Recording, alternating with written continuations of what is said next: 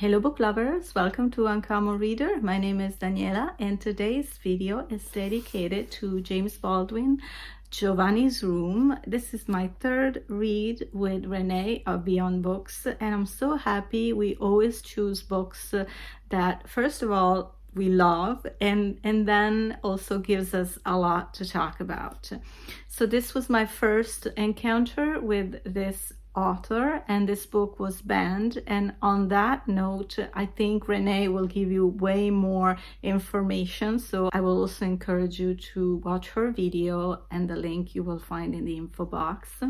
I really enjoyed this read. I thought James Baldwin's prose was very strong, powerful, poetic at times, and very vivid. Despite, and which is a plus for the author, I really didn't enjoy the main character, David, who is the protagonist of this book. He is an American white male who is in Paris for some time. One thing that leaves me confused, one of the many things that leaves me confused with the character of David is that being in Paris for a while, he is not considering getting a job, and so he lives off perhaps his fiance's finances, his dad's finances, so that makes me assume that he comes from a fairly wealthy family. His dad will send him money occasionally, and he lives off sometimes friends' houses and friends' hospitality. So I find it really odd that, you know, if you stay in a foreign country for quite some time, you would consider, you know, supporting yourself as well, not expecting that people will just pay all your bills and stuff. So this I found probably one of the very few things that weren't truly explained in the book, or at least I found it a bit superficial that way. David lives in Paris, and he proposes to his fiancée to get married. She isn't sure at the moment, so she decides to take some time off, and she goes to Spain for visiting the country and have a little vacation, and taking some time to think things through. While she's gone, David has different friends, and he goes to bars with them, and that's where he meets Giovanni, an Italian hunk. And there's an immediate chemistry between the two, and that will lead to quite an intense relationship between the two. I don't want to say much about the book, which has some very tragic moments to it, but I would like to focus on David's character, because it was quite a mystery to me, the way he acts and the way he thinks. We're clearly in front of a character that is not really sure of what he wants. At times you feel like he really wants to be a straight man, wants to get married, and wants to have kids, but then he changes his mind and he wants to be free. So we feel like he's not mature enough, but the problem was that his action will lead to circumstances that will affect those around him. So he's a character that definitely struggles with a search of identity, but also I think not very sensible to those around him. He's clearly egocentric, and tries to think what's better for him, what choices to make for himself. And yet is still very, very confused about it all. So I am so happy I read the intro of this book after I finished the book, and as usually it happens, it contains a bit of a couple of spoilers. The author of the intro, which although I did find very, very interesting, and I will share some thoughts of him, Kevin Young, who is an author of 15 books of poetry and prose, He's also a member of the American Academy of Art and Science, the American Academy of Arts and Letters, the Society of American Historians, and he was named a Counselor of the Academy of American Poets in 2020. He lives and works in Washington, D.C. So I found this intro really, really interesting because he's explaining as well why James Baldwin flew to Paris. He says he would later say that he left America in order to save his life. And this novel was one of the ways he did so. And he says that he couldn't approach this author when he was at school, but he discovered him during a trip to Paris, undertaken 5 years after Baldwin died in 1987, and nearly 40 years after he wrote the book. So I found very interesting as well, and we'll get to the explanation of why Baldwin chose for the protagonist of this book, David, to be a white man. So let me read what he says about this. Baldwin evokes color often in Giovanni's room, but he shies away from blackness. The decision to write only of and as white characters seems his boldest choice, and now seems completely right. It is clear that in doing so, Baldwin means not to confuse sexuality with blackness, too often stereotyped as hypersexual. He would later find the words to evoke black, interracial, and queer relationships in the epic Another Country, but in this short novel, he means us to pay strict attention to the specificity that, rightly or wrongly, he is able to ascribe to David, whose tragic flaws aren't simply race or sexual, but love. I'm skipping a few parts, just going to the ones that I found pretty interesting to share with you.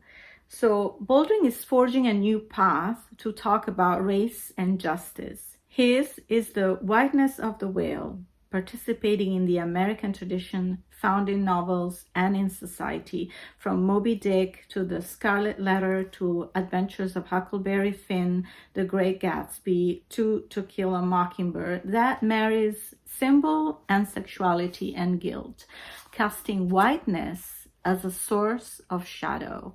Indeed, Giovanni's alienation, darkness, and desire for acceptance by David and society reads as a metaphor for blackness itself. David is representative of the outlook and failure of white America, and Giovanni is just as clearly the embodiment of what Baldwin sees as the outlook of the black man. And here's a little bio of Baldwin. Baldwin grew up in and around the Schomburg Center for Research in Black Culture, first established in 1925. For Baldwin, the eventual Schomburg Center became central, as it has for so many, to his cultural and literary imagination. I went to the 131st Street Library at least 3 or 4 times a week, and I read everything there. I mean, every single book in that library, Baldwin said later. In some blind and indistinctive way, I knew that what was happening in those books was also happening all around me. And I was trying to make a connection between the books and the life I saw and the life I lived. This life was one that others lived too, a lesson Baldwin learned sooner than some. You think your pain and your heartbreak are unprecedented in the history of the world, but then you read. I've heard this quote before. And another one. It was books that taught me that the things that tormented me most were the very things that connected me with all the people who had ever been alive. I was a man, I suffered, I was there. This is one of his famous quotes. Despite some accounts say it is important to remember that Baldwin was neither first nor alone in his journey as a Black thinker and writer. As the turn of the 20th century, the village had a Black area nicknamed Little Africa, one of many in New York, either gentrified or erased entirely, as Seneca Village had been in what's now Central Park. There was also a coterie of African-American expatriates in Paris before and after the Great War, whose tradition he found himself in, from Henry Ossawa Tanner to Josephine Baker to Augusta Savage. And in the post-war period, when he first moved to Paris, he found Black friends and cohorts at outposts in Montmartre and Saint-Germain-des-Prés, where he could often be found at Café de Flore. Wow. One last passage from the introduction. Much of the power in Baldwin's novel comes from its remaining. In the end, hard to categorize, thoughtful and visceral, hopeful and tragic, faded yet filled with forethought. Giovanni's room is a jewel box in misery, but also joy. Like the blues, it too is a journeyman.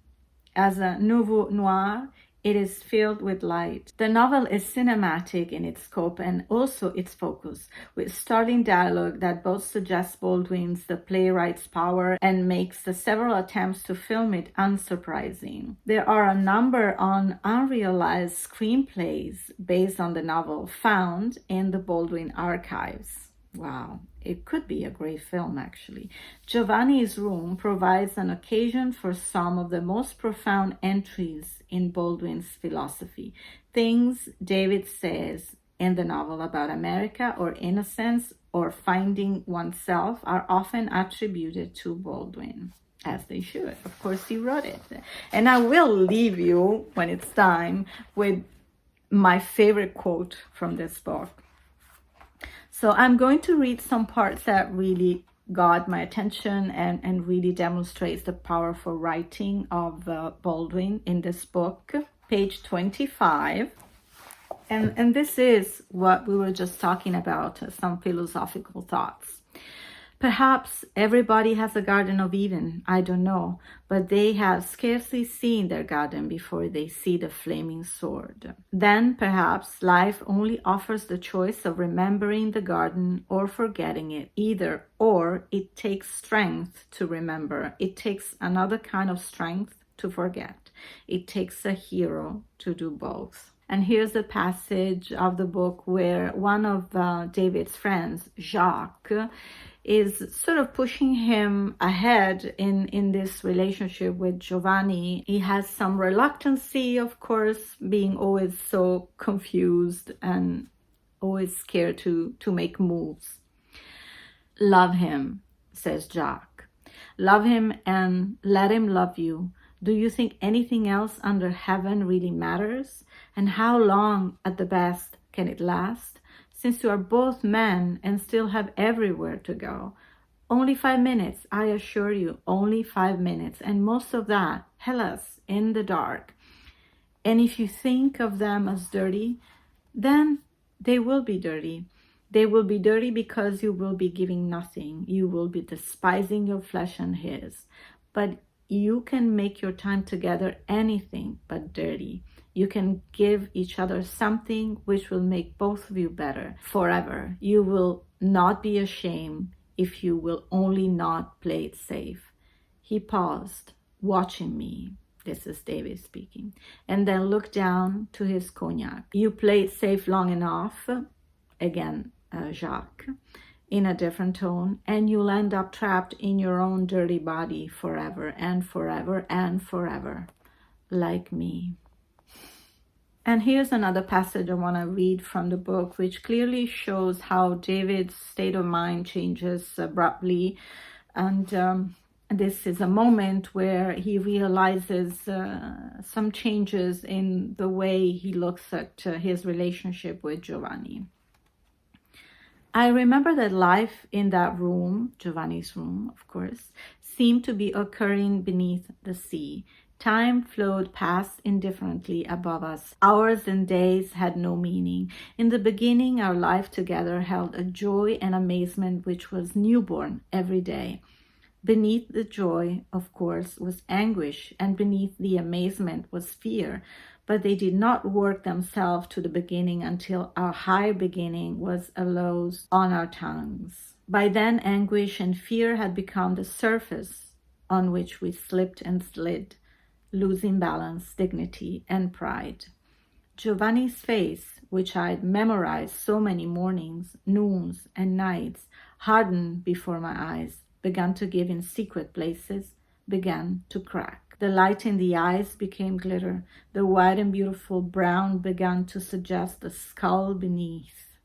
The sensual lips turned inward, busy with the sorrow overflowing from his heart. It became a stranger's face, or it made me so guilty to look on him that I wish it were a stranger's face.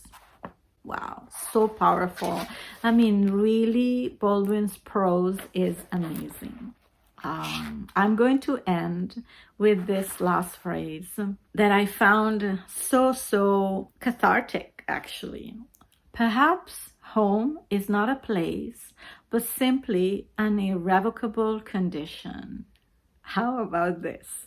An irrevocable condition. So it might feel like it has very negative connotations, but I felt that was actually kind of like a breakthrough, because an irrevocable condition could be also positive, a state of mind, a balance of oneself that will make you feel comfortable wherever you are. You will always feel at home because you're at peace with your inner self, with the way you are, with the way you want to live.